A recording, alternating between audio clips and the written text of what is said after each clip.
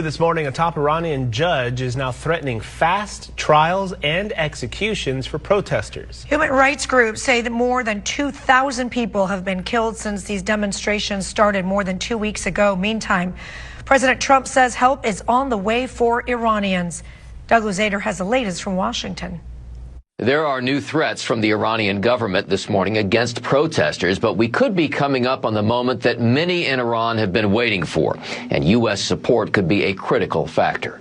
In Iran, the protests and the price. A makeshift morgue as the death toll mounts.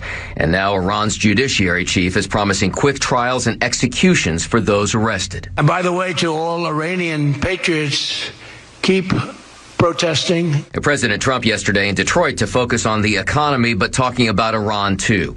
Just hours earlier, as administration officials debated strategy at the White House, the president posted this: "I have canceled all meetings with Iranian officials until the senseless killing of protesters stops.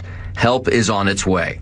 It isn't clear if that help will come from the Pentagon or in other kinds of support for the protesters, but the president promised justice. I say save their names because they'll pay a very big price. I think we need to take care to make sure that we don't overstep our boundaries. There's some concern on Capitol Hill about the unintended consequences if the regime in fact falls. We have come to the point where people are just fed up with this regime. Iran's exiled crown prince, who fled the country nearly 50 years ago as the '79 revolution took hold, says a new government could rise. There are lawyers, experts, economists, university people. We're talking about a very strong polity that despite this regime have been able to survive all these years, and they need to step in to fill the void. But therein lies the risk. We don't really know what kind of government would fill the enormous vacuum left behind if the regime there collapses.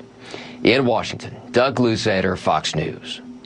Iranians living outside of the country speaking out against the crackdown on protesters, including the family of the former Shah. Yesterday, I had the chance to speak with the Crown Princess of Iran, Noor Pahlavi.